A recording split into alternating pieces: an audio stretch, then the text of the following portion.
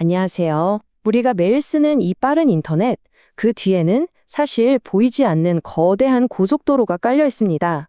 바로 소넷이라는 기술인데요. 오늘 이 인터넷의 기반을 만든 숨은 영웅, 소넷의 세계로 함께 떠나보겠습니다.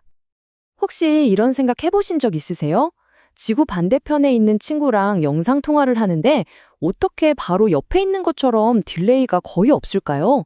정말 신기하죠? 그 비밀의 열쇠가 바로 오늘 우리가 파헤쳐볼 소넷에 담겨 있습니다. 자, 오늘은 이런 순서로 한번 알아볼 거예요. 먼저 인터넷의 거대한 뼈대인 광백본 이야기부터 시작해서 소넷이라는 표준은 대체 뭔지, 그리고 이 네트워크를 만드는 부품들은 어떤 게 있는지 살펴볼 거고요. 데이터가 어떤 길을 따라 여행하는지, 그 데이터 꾸러미 속은 어떻게 생겼는지도 들여다본 다음에 마지막으로 소넷이 남긴 위대한 유산으로 마무리하겠습니다. 첫 번째 이야기, 인터넷의 광백본입니다. 모든 건 바로 이 문제에서 시작됐어요. 어떻게 하면 이 어마어마한 양의 데이터를 아주 멀리까지 안정적으로 그리고 무엇보다 번개처럼 빠르게 보낼 수 있을까? 바로 이 거대한 과제를 해결하기 위한 새로운 약속, 즉 표준이 필요했던 거죠. 자, 그래서 등장한 해결책이 바로 소넷입니다. 우리말로는 동기식 광통신망이라고 하는데요. 이름이 좀 어려워 보이죠? 근데 사실 이 이름 안에 모든 핵심 원리가 다 들어 있습니다. 한번 같이 뜯어볼까요? 소넷은 싱크로너스 옵티컬 네트워크, 바로 이 말의 줄임말입니다. 자료에 따르면 장거리 고속통신을 위해 광섬유를 이용한 신호 전송 구조를 정의한 기술이라고 되어 있는데요. 이걸 아주 쉽게 말하면 전 세계의 통신 장비들이 서로 데이터를 주고받을 때 따라야 하는 일종의 데이터 고속도로 교통법규라고 생각하시면 딱 맞습니다. 자, 보세요. 소넷이라는 이름 하나씩 뜯어보면 정말 재밌습니다.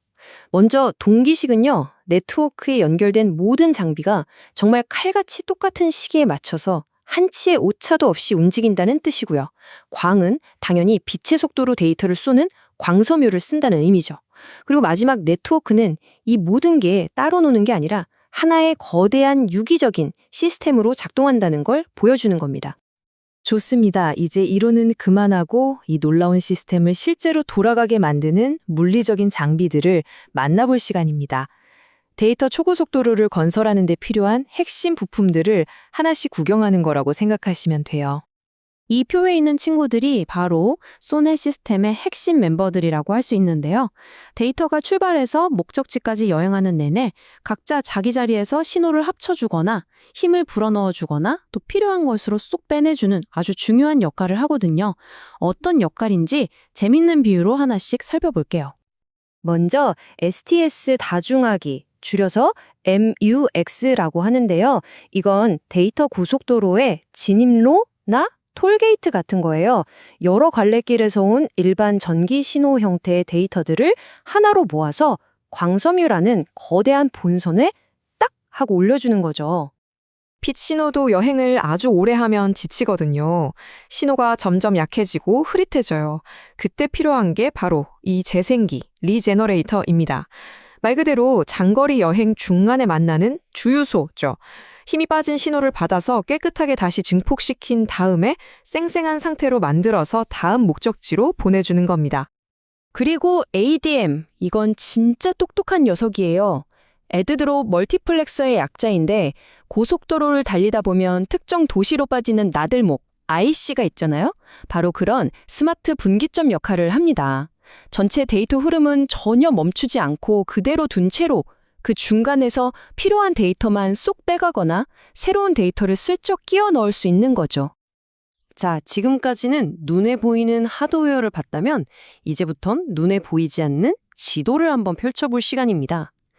데이터가 대체 어떤 경로와 규칙에 따라서 움직이는지 그 논리적인 구조를 들여다볼 건데요. 데이터의 여행을 위한 일종의 내비게이션 맵이라고 할 수 있겠네요. 소네트의 데이터 여정은 이렇게 크게 세 단계로 나뉩니다. 가장 큰 개념인 경로는 데이터가 서울에서 출발해서 부산에 도착하기까지의 전체 여정이라고 생각하시면 돼요. 그 안에 회선은 그중에서 경부 고속도로를 달리는 구간 같은 거고요. 마지막으로 구간은 휴게소에서 다음 휴게소까지의 짧은 거리, 그러니까 장비와 장비 사이의 가장 작은 한 스텝을 의미합니다. 전체 여행, 고속도로, 그리고 휴게소 사이 거리. 쉽죠?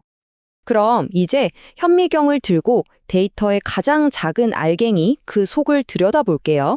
바로 프레임이라는 데이터 상자 안은 어떻게 생겼는지, 그리고 이 작은 것들이 모여서 어떻게 그토록 놀라운 속도를 만들어내는지 그 비밀을 확인해 볼 시간입니다.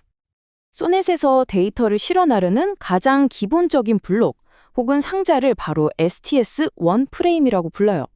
모든 거대한 데이터 전송은 바로 이 작은 벽돌 하나를 쌓는 것에서부터 시작됩니다. 근데 이 STS-1 프레임 하나 크기가 얼마냐면요. 겨우 810바이트예요.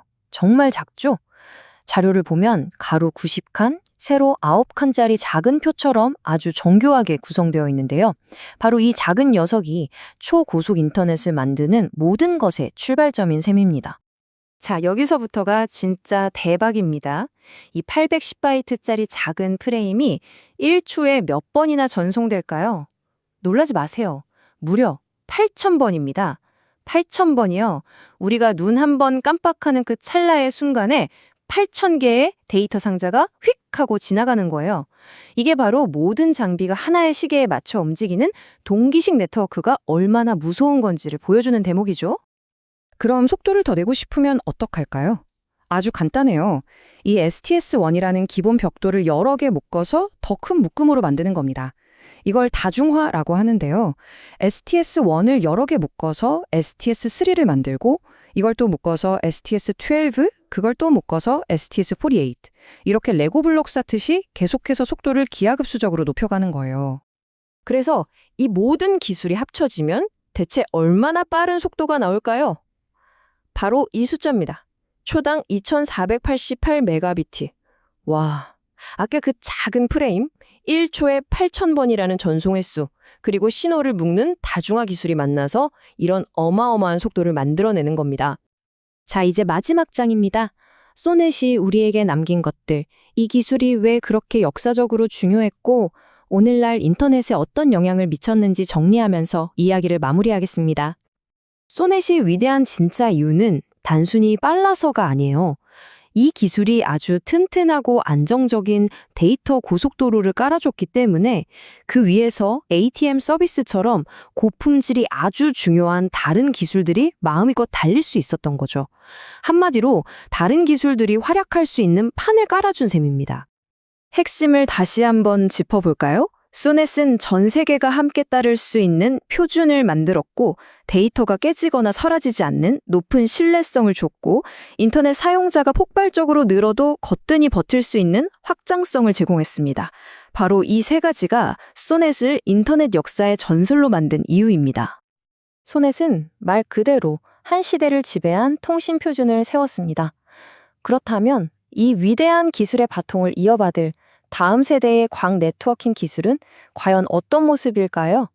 이 질문을 여러분께 남기면서 오늘 이야기 마무리하겠습니다. 들어주셔서 감사합니다.